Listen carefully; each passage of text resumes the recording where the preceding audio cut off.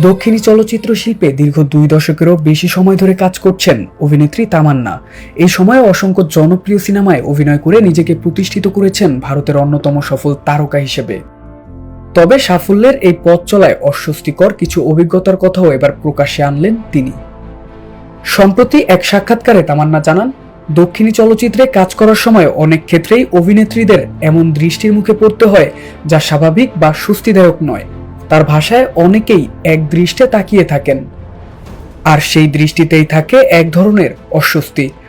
তবে তিনি কোনো ব্যক্তি বা নির্দিষ্ট ঘটনার বিরুদ্ধে অভিযোগ তোলেননি, বরং বিষয়টিকে বৃহত্তর সামাজিক বাস্তবতার অংশ হিসেবেই দেখছেন।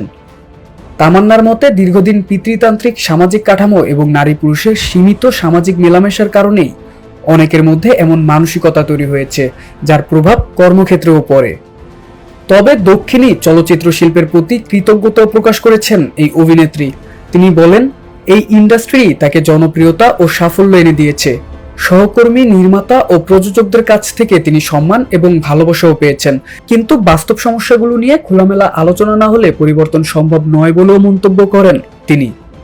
একই সঙ্গে আশাবাদ ব্যক্ত করে তামান্না বলেন, নতুন প্রজন্মের শিল্পীরা এখন কর্মক্ষেত্রে নারীদের প্রতি আরো সম্মান ও সংবেদনশীল, আর এই পরিবর্তনই ভবিষ্যতে চলচ্চিত্র শিল্পকে আরো নিরাপদ, পেশাদার করে তুলবে বলে বিশ্বাস তার।